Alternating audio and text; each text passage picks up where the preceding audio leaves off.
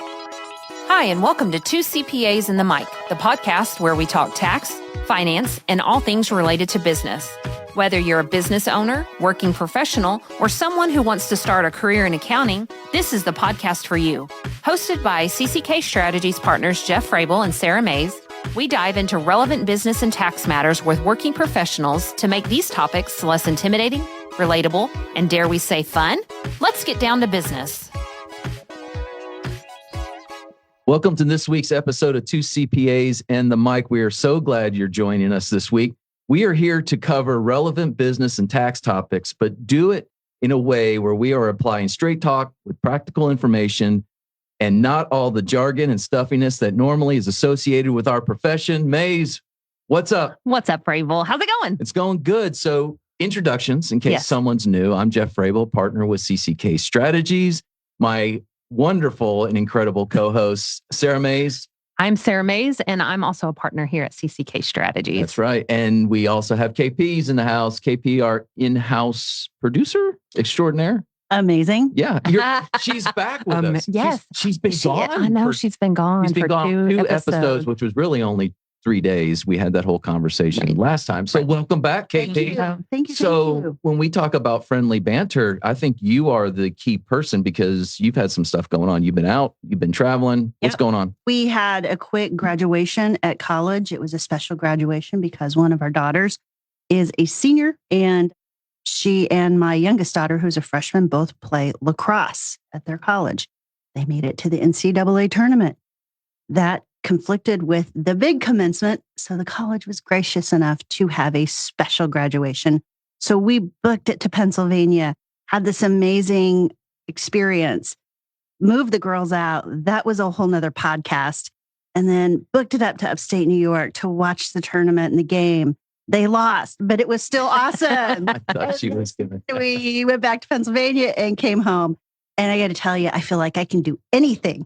That's when, Yes. Do you drive straight through? Because it's about a Depends on when we leave. 20-hour drive? 14 hours. 14? Okay, 14 is not. Depends on when we leave. Maybe 20 for you. Yeah, well. We stop in Effingham. Effingham, Indiana. I Is it stopped in. Illinois?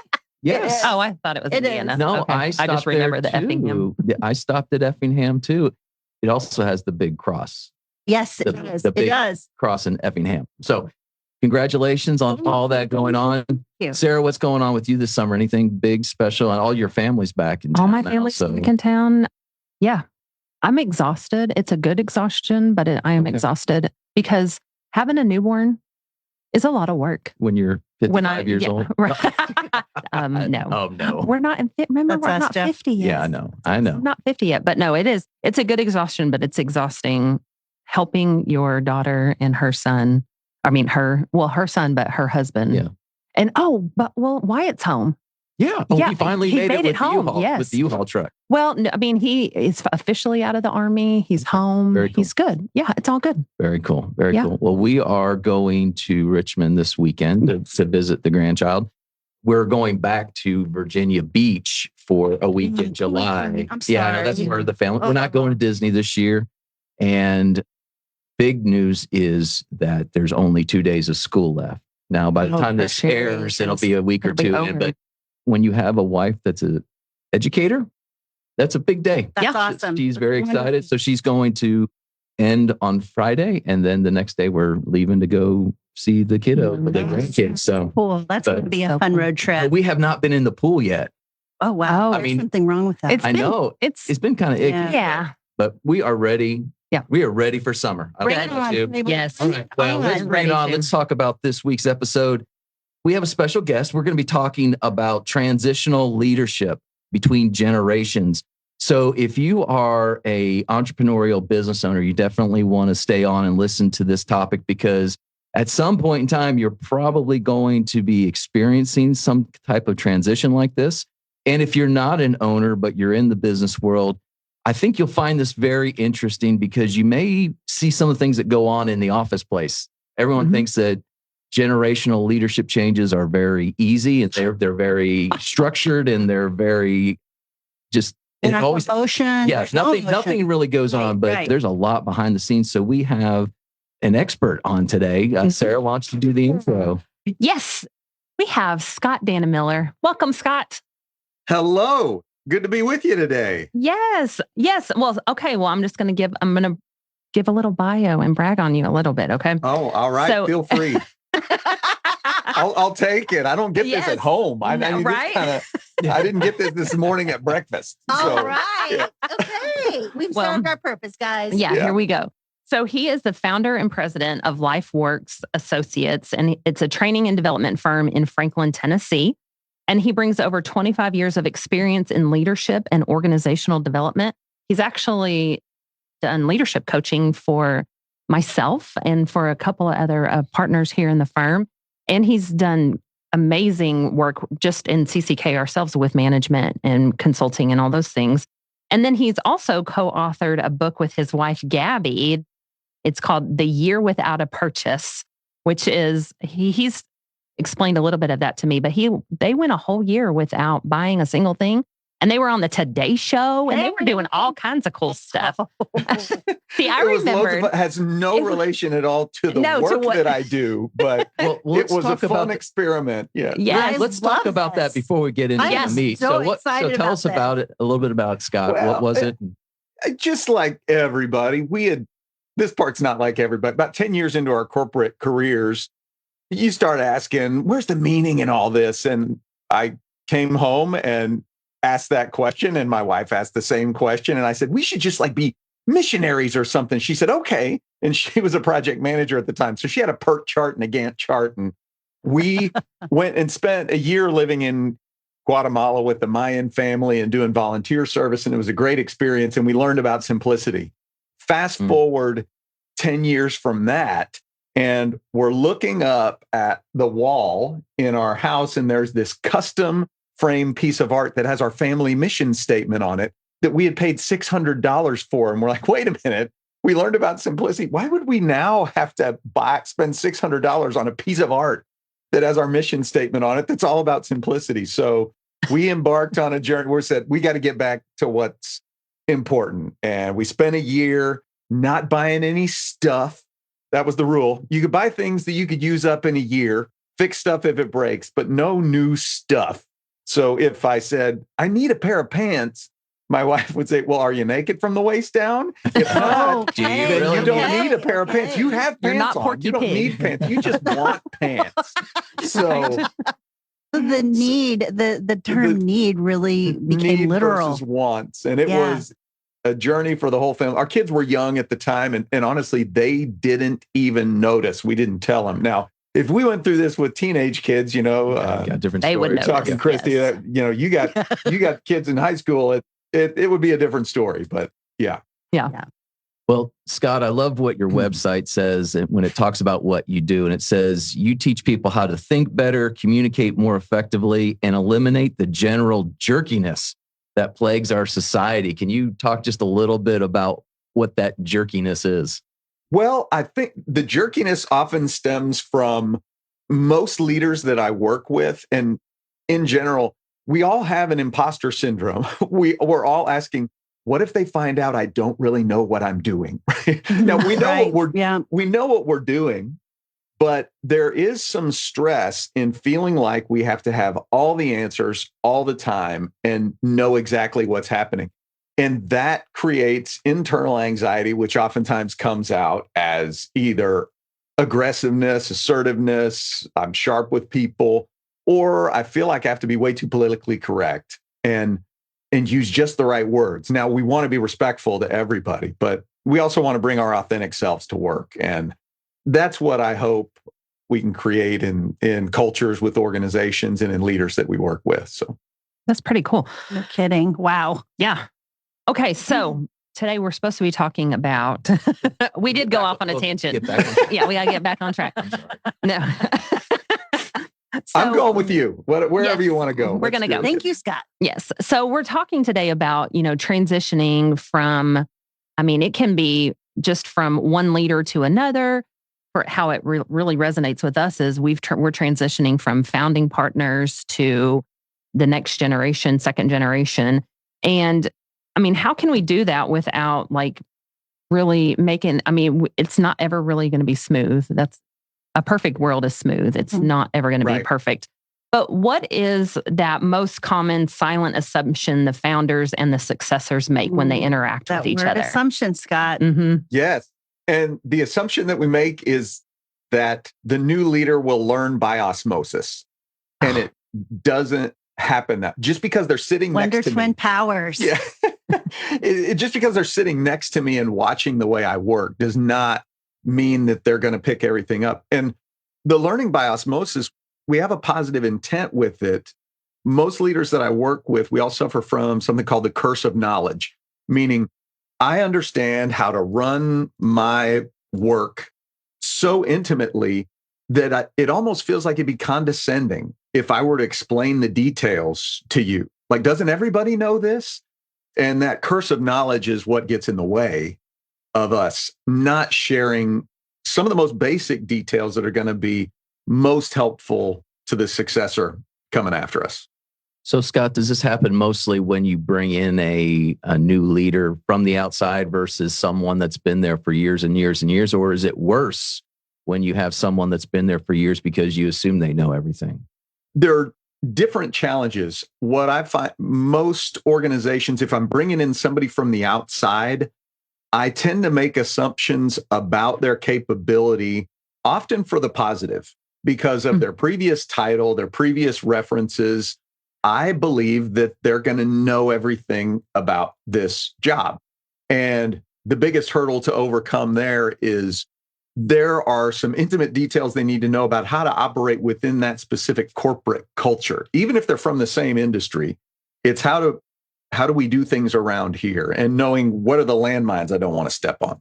Whenever it's an internal successor, we know how they operate. We've seen them operate day to day, and we know that. And so what they have to overcome often is that perception that they're either not quite ready for the role, or I remember when they were just a fill in the blank. Yeah. Yeah. Yes. And how are they going to take this leadership role as CEO or managing partner or whatever that role may be? So, Scott, do you see there being a difference with this situation in industries, or is it industry wide? And the other part is, do you see any difference with generations? Like if you're going from boomer to X, or from X to millennial, or anything in there that is a difference? The problem is universal. The difficulty of getting succession right, no matter the industry that you're in.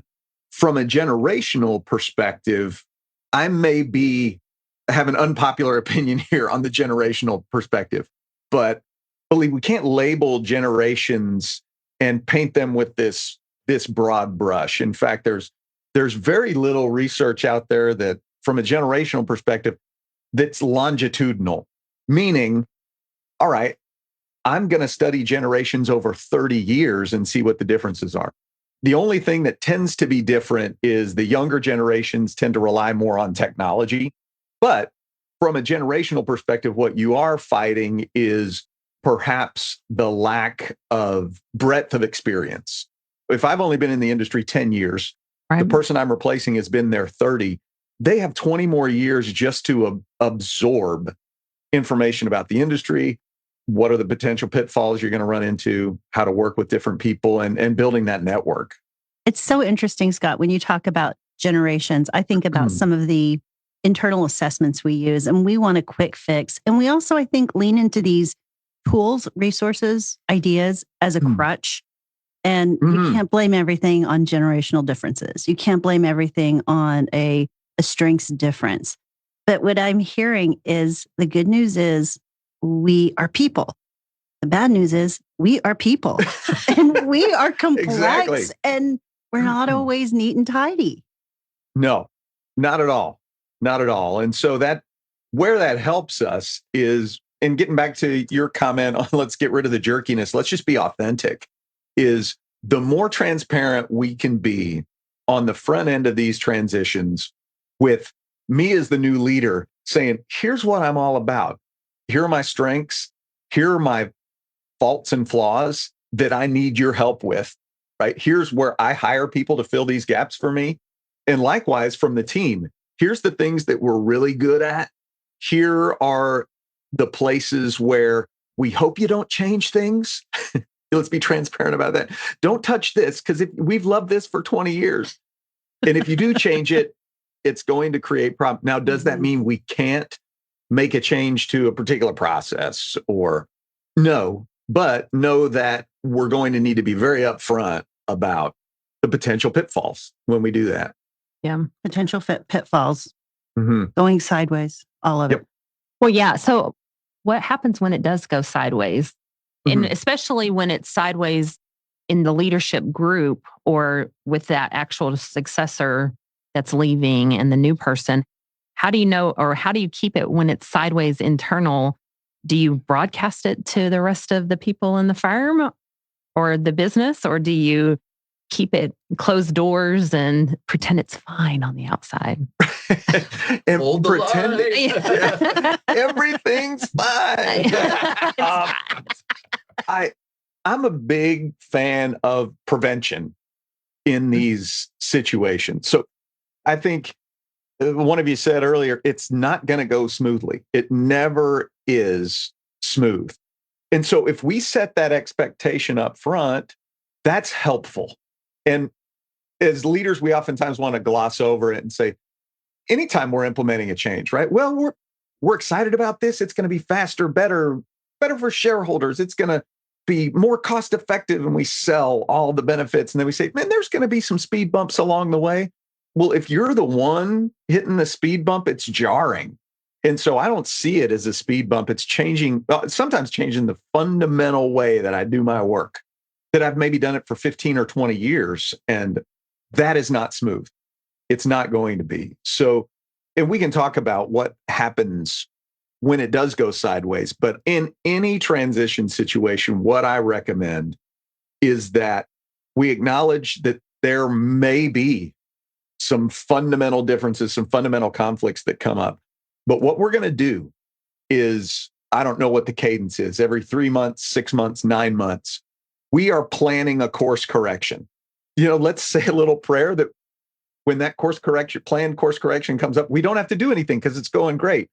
But nobody likes uncertainty. If anybody tells you they like change, they are lying. Yeah. If somebody says I like change, they're lying. No kidding. The only reason I like change is if I'm miserable right now, right? Forget it. If I'm fairly content right now, I don't like change. So we need to understand we don't like uncertainty. Your brain is this big pattern recognition and prediction machine. And when you recognize a pattern, you make a prediction, and it comes true, your brain is all excited. Yeah, right. All excited. Like, and you get this, like you've all been, the analogy I use, if you've been carrying a very large box down the stairs and you can't see your feet, you think you have one step left. We've all done it, right? You think you got one step left, but you're really on ground level, and you take that one step and you're absolutely safe, right? You're not going to fall. But your brain has this momentary freak out because you were predicting something that didn't come true. And of course, then we turn around, we look and see, did anybody see that? Because I look like an idiot. Right? That's just a tiny example of that rush that we get when the unexpected happens. So if all we're doing in our organizations when we're talking about this transition is we're excited about it, it's going to go great, and here's the plan and all that. If we hit a speed bump, it's uncertain and it's going to jar people, versus if we tell people this is going to be a fantastic transition, and there's a pretty good likelihood that we may step on a process that really works in your area. There's a chance that we'll make some missteps. And when those come up, here's what we want you to do. Right. So now if the organization sees these problems, they don't say they lied to me and said, this was all going to be great, and it's not. They say, oh, they told me this was going to happen, and here's the control that I have in it. We hate uncertainty and a lack of control. We feel better whenever predictions come true, and we can do something about it. So, Scott, if I'm hearing you correctly, so I'm a big proponent of wanting to know that I'm not crazy when I experience things. In other words, I always think the best of everybody else. And when it happens to me, not so great, it's like, well, I failed. I'm the imposter, like you were talking about. Yeah. So for the business owner that is listening, that's in the middle of something like this, and they hear from all their buddies at either the country club or the golf course, oh, my transition went perfect. Oh, their buddies are lying, is what you're telling me, right? Absolutely. Well, okay. Go out to Facebook right now and see how many people are posting about the horrible argument they had with their kids this morning, or that their spouse. No, we never publicize that. You're looking at the highlight reel. Everybody's going to tell you the highlight reel. They're not going to tell you the bad thing that happens. And it's all difficult. Now, there are organizations that do this really well. And so there are fewer of those tough situations that they have to navigate through. And in that way, those are the real successes. We're still going to have to weave our way through trouble spots. So whether you're the business owner that is going through the actual transition, or someone in the company that's seen it happen, even when you see it happen and there could be a little bit of spillover, you just need to realize that's pretty normal for these kind of situations. Exactly. I mean, in any business owner, Jeff, you've worked with clients, I'm sure, where you have to deliver some tough news. And think about, if I walk into that room and I say, hey, I'm excited to meet with you today to talk about the results of our analysis or whatever that might be. And then you have to deliver bad news later. It's like whiplash. Yeah. And they're going to react perhaps defensively. But if you walk in the room and say, I'm excited to share this analysis with you today, most of the recommendations we have are things that you're likely going to agree with. There may be one or two where I'll just forecast there might be some contention. And what I hope happens when I bring those up is that we can work and problem solve to come up with a win-win. Now, what happens when those tough moments come up? Nobody's surprised. And even if somebody gets surprised, you can say, hey, remember when I said that we were going to have a tough moment in this room? This is that time. And it's almost a humorous moment. Yeah, this is the bad one I was talking about. Let's work through it. It's totally different. Yeah. Yeah. Well, okay. So when, we're talking through all of, what assumptions and all of those things. But I think one of the things we really need to talk about is the conversations that we have to have when it comes to like vision, roles, and a timeline and all those things. So when you're talking about vision and strategy, how do you align founder vision with next generation innovation, but not making it personal, and not with the founder feeling like, oh, I've built this company for everything and now they're changing it all. How do you navigate that? It's gonna be personal. Sorry. It is. Yeah. You don't even have to be a founder, right? There's an organization I'm working with right now, and they did a fantastic job they are in the midst of the transition. And the CEO is beloved. She's been in this role for 10 years. The successor, somebody internally, he has been there maybe 2 or 3 years, has a completely different style. But he's already signaled that he's going to make some changes. And she is, not that she's not on board, but she probably wouldn't have done it that way. Yeah. And it is personal because what I've built, during COVID, there was a survey done by, I believe it was Gartner, and they asked people, how are you feeling about work? And everybody, was thinking about, maybe I want to change to find more purpose in my life. And then they asked people, where do you find your purpose in life? And 2/3 of people said, I find it in my work. Think about it. It's the question that you get asked when you go to a party. Hey, what do you do? It's the first question. We tie our purpose to our work. So it will be personal. It will be. So many of these founders, this business, this organization is their baby. And so it is almost like a child. And you've reared it, and all of a sudden you're handing it over to someone who rears and thinks differently. Well, I can see the personal niche. Yeah. Often the name of the business has the name of the person in it. How is it not personal? Right. Sure. Yeah. Right. So now here's how you frame it becomes the big challenge, right? One, usually these founders have built this successfully from, let's be honest, a pant load of hard work. They've put in 70, 80 hours a week. In some cases, they built a system. So, I mean, the example is, I said, all right, so let's say you built some system internally. We'll call it the TPX system. And it took so much work to get off the ground. But now this is how we manage all of our client interactions and everything. And if I tie my purpose in life to this creating of the system, when somebody comes in and says, you know what, successor comes in, we really need a new system because the current system isn't working. What do I hear as the founder? Right. Oh, boy. I hear your system stinks. It's not, it Your sucks. life's work. Yes. Not so Well, good and if anymore. I've defined my purpose by my life's work, I hear you suck. Yes. Let's be honest, because there is the widest 3-ring binder you can find on a shelf somewhere that doesn't say TPX system on it. It says Scott's system in Comic Sans font because I built it, right? Like you all have this binder. So I'm going to take it personally. I'm already feeling a lack of connection. So instead of, we oftentimes frame this thing isn't working versus I have never worked with an organization when I ask them, hey, why do you do things the way you've always done it? Never did they say, well, because it sucked the first time. So we made that our process. Nobody says that. Right. We do things the way we've done it because it works. At least it worked at one time. So that's the frame. It's like, hey, what you've built is amazing. And it is incredible. Here's the changes we're seeing in either the industry, the market, the environment with our workforce. Here's the changes that indicate, wait, we need to change our strategy. It's not that what you've built is bad.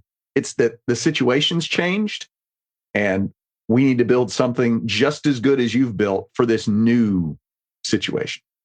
Right. So, okay. So you were talking about changing things. What's that timeline look like?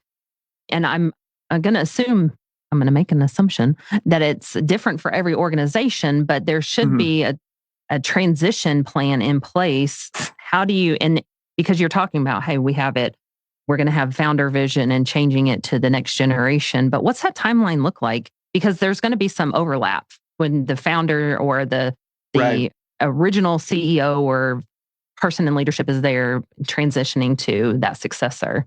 You have more luxury of time when it's someone internal. And hopefully, if your organization doesn't have a succession plan right now, get one. I don't care if you're a 5-person organization or 500 or 5,000. No, every manager should know, if I get an amazing offer to do something else here, who's going to backfill my role internally? So internally, we should have a successor already named, and that timeline for a really senior role, this organization I'm working with who just announced their shift, this has been a 24-month process internally, and they just announced, and there will be another 6 to 9 months of overlap. And it's been incredibly successful. With someone outside, we strongly recommend a listening tour, right? We call it in quotes. You think about, like with Microsoft, when Satya Nadella, who is a beloved leader there, came in, he said, I'm not going to do anything for a year. I'm just going to go around and not make any major changes. Of course, he worked. He said, I'm going to go talk to the major operations, learn what makes them tick, what keeps you up at night. And then, because he says, you know more about those operations than I do.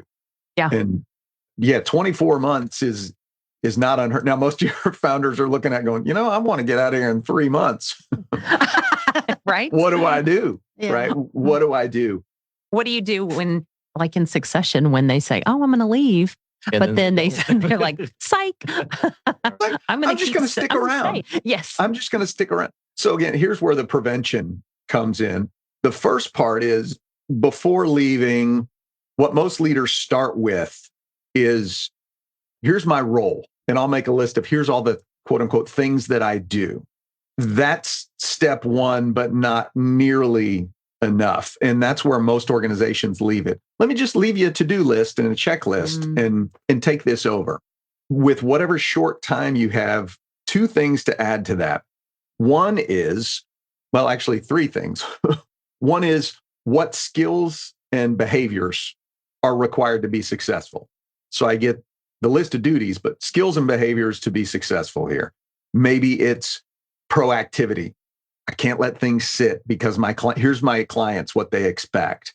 2, what are the experiences my successor needs to be successful? Do they need to lead a cross-disciplinary project? Do they need to, whatever that experience is, do they need to speak at an industry conference? Do they? And then the number 3 is exposure and visibility. Who do they need to know and who do they need to be seen and elevated in front of? So on top of the duties, we got the skills and behaviors, the experiences, and that exposure. And that's going to set someone up for success, even if I have a short time horizon.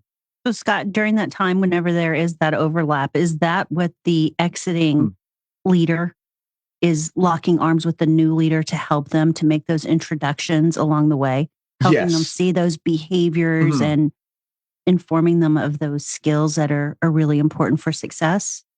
Absolutely. And we advocate for doing that even before some official announcement. If it's an internal person, that would be ideal, is that people then see the person building the skills. They see the person visibly in these roles, leading this meeting, leading this initiative. And so the handoff just becomes even easier for people to accept. Yeah. So when you go through this process, Scott, do you set a time period? Going back to Sarah's question about timeline, do you set a time that says, for lack of a better term, come hell or high water, we are changing on this date? Or do you wait until there's a quote unquote readiness in that person? I'm sure both ways have their pitfalls, but right. It's readiness. Ready is the answer. Ready is the answer. Sometimes you don't have that luxury because people are moving on to a new role or they're retiring. But the idea is we can't have this person take this role unless they are ready. Now, with that said, when I talked about imposter syndrome earlier, and especially if I'm a founder and they're not going to do it the way that I did, I may never view them as ready. That's kind of what I was getting. Oh, yeah. That's kind of what I was getting. Right. Yeah, I'm never going to view them as ready. And in a lot of ways, I'm probably right. There is that wisdom that comes from experience. Nobody's going to run it the way that the founder did because it literally is my baby. It's part of me. With that, then the conversation shifts a bit. So for instance, this organization that I'm working with, the new CEO has never been a CEO before. It was an internal candidate. So readiness is, I would say it's not a question. We know the person is ready to fill the role. They don't have all the skills, behaviors, experience, and visibility that the former CEO has, doesn't and would not be able to do it in 5 years. So that person, the new CEO is going to come into their role. And we know that there are likely going to be gaps. So what do we do about that? We don't have the luxury of time. So one of the questions was, well, who's going to move into his old role? Is it going to be somebody here? And so it was a very calculated decision to say, listen, if we have a new CEO who's never done it before, then the person that's taking over that person's role, whether they're the chief operations officer, the chief technology officer, whatever their role is, we probably don't want someone brand new in that role too. Right. It may be best to bring in somebody that they've had that title before. Maybe in a slightly different industry, slightly different market. Maybe it's a larger firm, but we can feel more confident in that. But you don't want a lot of major roles being filled by people who haven't ever done it, if you can avoid it. So, Scott, I have this question because you've obviously been through this once or twice before. There's probably a technical part to this process, and then there's an emotional part to this process. And when you're walking with a client, do you see a switch to where you almost become a counselor versus a technical teammate? There is a bit of counseling to it. And usually that's where the authenticity piece comes in. Whatever the transition is, the more real you can make that individual, the faster people will be able to connect with them. So even if they are making changes, people understand that there's a human behind those changes. And that's where the emotion comes in. the one organization that's doing it really, really well.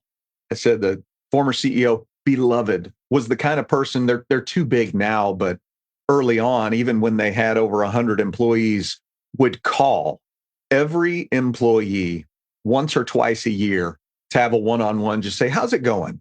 Talk about building this kind of collaborative. The new CEO has let a more introverted personality, a more technical bent. And so that's not, even if you asked him to do that, he wouldn't do that. That's just not his style. So where the emotional side comes in is, I'll take it away from the emotional and more personal. One thing they did really well, and I didn't coach them on this, the CEO recognized that she was such a personal leader that we need this organization to get to know this new person, even though he's been here a while. So at the big announcement, they staged an interview where she interviewed him and they interviewed each other and just said, hey, tell me about, what did you do before this? And what are your hobbies? What do you like to do? And what are your pet peeves? And what are you in? That just fireside chat personalized it and was incredibly effective. I find so many industries, not every industry is data driven, but I find that a lot of industries that we work with really they make their decisions based on data. Mm-hmm. And while we're talking about the personal side, the emotional side, I think that you mentioned it earlier, when we can inform with data, it seems to help ease some of the emotions. Because at the end of the day, when it comes to my livelihood, it doesn't really matter so much of how I feel or how I am, my emotions are. But if the data is there and it supports the need for change, my emotions can quickly get on board. And I would just wonder if that's part of the process and if people, how open they are to that. Yeah. And usually the data will move a person or a leader when the pain of the current state is such that they're like, I got to figure out what's wrong. Why is it so painful? If it's not painful, the data doesn't speak as much. But then, like you're saying, Christy, the data can be very helpful. A lot of organizations do engagement surveys, culture surveys, and find out, what are your hot button issues? And we collect comments. There can be one or two comments that might be very emotionally laden that I'm going to put a lot of stock in. But if I quantify how many people are talking about that versus how many people are talking about a different issue, if we have 25% of our workforce talking about one issue, but it's only 2 people talking about a separate issue, now they were very emotional about it, then that intervention to try to prevent problems may look a lot different, more of a one-on-one conversation. One of the things I was thinking about this whole time is like, we have the original leader still out working, and we've announced the successor, and they're both working together. I mean, what does the transition look like from when the new person is taking over and they are in that seat, but the old is still there? Like, what does that look like what does that look like when that transition and that new person is, I am making the decisions now. It's me, come to me. And that person, the old person, is still there. I don't like that word, older. The former, experience. Yes. The experience, the wise. The original gangster. We've learned our wisdom. Yeah. What does that look like in an organization when people are just so naturally going to go to the wise? Yeah. And that's when you asked about readiness versus is it a date? Even if the person's not ready, we need a date for the transition. And part of the prevention is, let's establish some ground rules for what happens after that date and who is responsible for what. Let's be honest, oftentimes from a founder standpoint or the former CEO standpoint, it's not inherent sabotage. It's just the curse of knowledge. We just assumed that this was going to be easy. And now the transition date came and, I disagree with them. You know what? It's still, my name is on the placard or whatever. This is my organization. So to set out, and it'll feel so deliberate up front, but what roles is each person going to take after that date? And just like I said, what's the planned course correction? depending on how long that overlap is, that course correction may be we're going to meet weekly to say, where's the role confusion? Because there will be role confusion. Again, set the expectation. There's going to be role confusion. There is going to be decision-making confusion. There's going to be directional confusion. So let's meet weekly to work through it, because neither the former leader or the new leader thinks that role confusion is good for the organization. Right. Boy, I love that honesty. Mm-hmm. Yeah. Mm-hmm. And I say honesty over transparency, because I just think it's really honest and real. Recently, we had a team meeting, and one of the best answers that our speaker gave was, I don't know, but we're going to work through it. Mm-hmm. And that was it was mic drop moment, because it didn't mean that this is perfect. It is polished. We're giving everyone a clear view of where we are. And one specific question, I don't know exactly what it's going to look like for that particular question. And there was just so much honesty in it. There elevated everything. Yeah. We're going to, and I love that you brought that up, Christy, because here's what I'll encourage every leader to add to that answer. Because even when you get good at, I don't know, but we're going to look into it and we're going to get an answer for you. If there's 30 people in that room, there are 30 different ideas of what's the right timeline for this person to get back to me. Somebody thinks 2 weeks is fine. Another person, I'll probably hear something in 24 hours. The 24-hour assumption person, if they don't hear something in 48 or 72 hours, what is their assumption? Very rarely in times of uncertainty do we assume, I'm sure they're working really hard on it and haven't forgotten about me at all. We just don't. Nope. No. Uncertainty, we assume the negative. And by the way, that's good, right? If you're in your tent at 3 a.m. camping and you hear a rustling in the bushes, those people that think it's a cute little chipmunk and you want to grab your phone to get a photo, there's natural selection has weeded those people out, right? There's none left. Yes. So in uncertainty, we assume the negative. So long answer to that short point is every time you say, I don't know, give a definitive answer on when you will get back to people. You may not have the answer, but then if it's a week from now or 2 weeks from now, they'll say, oh, she said she'd get back to me in a week. If you don't know anything in a week, just say, hey, I know I said this, still looking into it, and everybody's fine. It just lowers the temperature of everything. We're finding that out, Scott, internally here, because we're in the process of outlaying a new vision, a new direction, a new process. And we're finding that the most important thing is get back to your teammates. Don't let them, especially when it's based upon surveys and input and feedback, the worst thing you could do is not do anything. So I like what you're saying from the standpoint of, even if you don't have the answer, come back and say, we're still working on this, but we haven't forgotten about you. Yeah. And it's still important. It's still important. Yeah, absolutely. Well, I think we need to start wrapping up, Scott, because you got a hard deadline where you got to jump off this call. But before we do that, can you just give us maybe like 1 or 2 points? When you go through this process, what are 1 or 2 signs or indicators that things are going really well? And what's 1 or 2 signs or indicators that you better recorrect or do something about your direction? Mm-hmm. Sign that it's going well is that people are coming forward with concerns, and those are being captured somewhere visibly. Because what that means is you're going to take their concerns into account and you're going to work on them. Again, it's the honesty, transparency.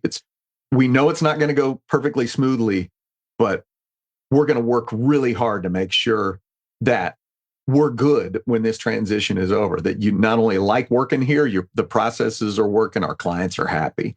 It's the pre-mortem idea. Let's imagine this doesn't go well. Why did it fail? Why did it fail? And let's prevent those problems. The sign that it's not going to go well is if there are a lot of hallway or cubicle conversations that are happening that never get heard elsewhere, right? No matter whether it's going good or bad, there's going to be the cubicle conversations. But if we don't have a forum to either collect that, hey, I'm going to meet with each of you one-on-one to find out what your concerns are, or we're going to have a town hall, or we're going to have a survey. If those are happening and nothing's being collected, that's a sign that it's going to be more rocky than it needs to be. Awesome insight and suggestions there, Scott. Like we said, I'm sure we've got some business owners that are listening that are going through the process. So I hope we give some encouragement and insight to what they may be experiencing, as well as those that are in the industry or that are teammates in this kind of situation, to know that it's not always smooth. There are some rocky spots and there are some changes in direction, but part of it, the one thing we can all control is our attitude, right? That's right. When you're in a situation like that, it's good to find someone that you can talk to, not in one of those side conversations, but where it goes up the kind of up the flagpole. Yep. To say so exactly. That absolutely. Well, Sarah. Yep. Are you ready? Are you ready? I am. Is it time for? It's time. Would you rather?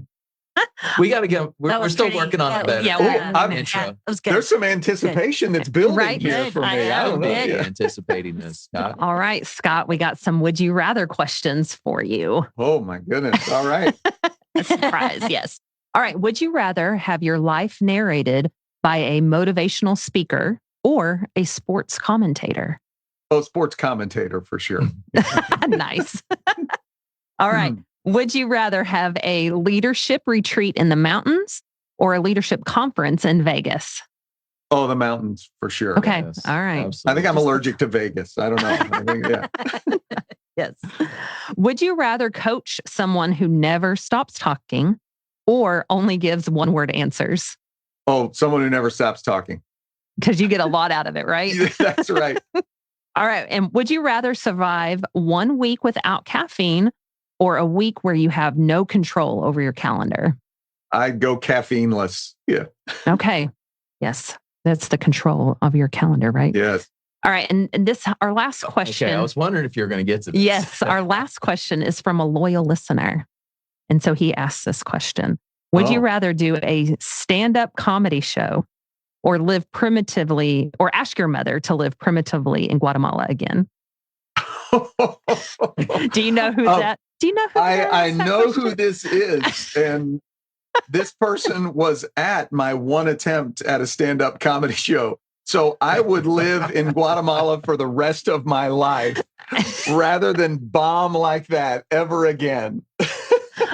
Okay, so tell us about this comedy show. I'm curious. I'm curious. It was at a weak moment in my life, and it was when things were spiraling, and I was like, questioning everything about, and you know what? Maybe I should do this. So I signed up for an open mic night at a comedy club, and not realizing that that's a lot of pressure. And I do believe by the end, the red light was flashing and they all but grabbed the hook to pull me off the stage. That was nice. And I think everybody hit the 2-drink minimum that night about 2 minutes into my act. So I think the key here, Scott, is if you think you're funny because of things that crack yourself up or your wife or spouse up, don't go do a comedy show. No, and if so, it just doesn't work. Yeah, if so, wear body armor. So what was the other one about asking your mother to live primitively in Guatemala? So that didn't go well either, I guess. That didn't go well, but yeah, my mother, the first time my mother she came to visit, and the first time we had it was very primitive living, let's just say. So there was a hole outside that you could use for your restroom. Sure. But it was a little bit of a walk. And we were told right when we moved in with this family, they were like, you gringos probably shouldn't go out at night. Like they literally gave us a big metal bar to wedge under our door. Now, it ended up being just safe enough. But when my parents came to visit, what we had purchased was just a bucket for your room, but the only bucket we could afford on our very, very, very meager salary was a clear plastic bucket. So I do recall my mother waking up at 2:00 in the morning in our tiny little adobe hut behind the sheet saying, Scotty, I'm not this holy. I'm not this holy. Yeah. Good times. Yes. Good times. Good times.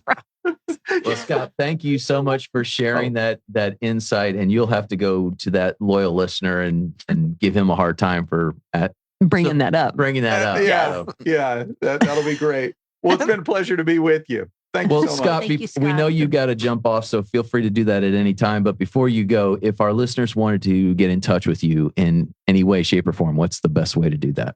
Showing my Gen X-ness here back to generations. I like email. So Hey. Scott with 2 T's at lifework-associates, plural.com. So Scott at lifework-associates.com and you'll be able to get me. But would love to talk to folks.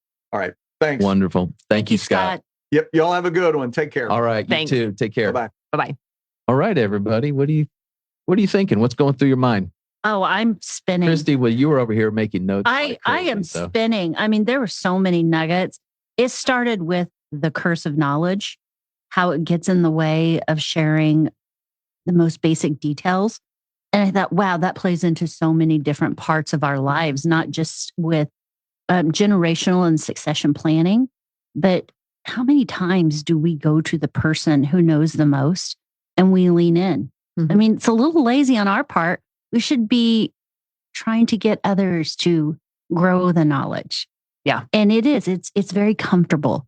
So I can see why it would be the curse of knowledge. That's my first big one. Mm-hmm. Yeah. I only have one big takeaway. So if you have another one, go for it. Oh, I've got multiple, but I want to hear yours. Yeah, I want to hear your big takeaway. My big takeaway, and it goes back to just the way I kind of live my life, unfortunately, in some ways, in that I always think he mentioned the imposter syndrome, and I've struggled with that for decades. But just the concept that if it doesn't go right for me, it's because of something I did, when the truth is it just generally doesn't go right for anybody. Sure. And so there are going to be those bumps. There are going to be those rocky moments. And it doesn't mean that you are doing something wrong or you're just not as proficient as you think you are. It's a way of life. Yeah. And so I like that. And I think someone that you bring along to partner with you through a process like leadership transition, it's important to have someone in there so that they can step in as that kind of that counselor. Yes. Sarah? Yeah.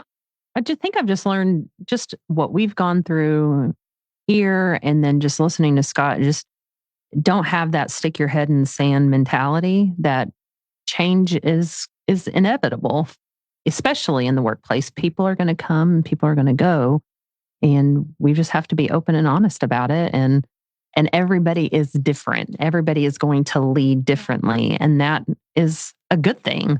I don't remember, Sarah, if it was Jeff or if it was Scott. It might have been Jeff who said, the worst thing you can do is not to do anything. Mm-hmm. I wrote that down. It got a cloud. It got a lot of highlights in my I think paper. it was Scott. Yeah. Was it? Yeah. Are you sure? Because I'm not that I don't insightful. know. Yes, you are. I think you are. It But yeah. sounds like a Jeff comment too.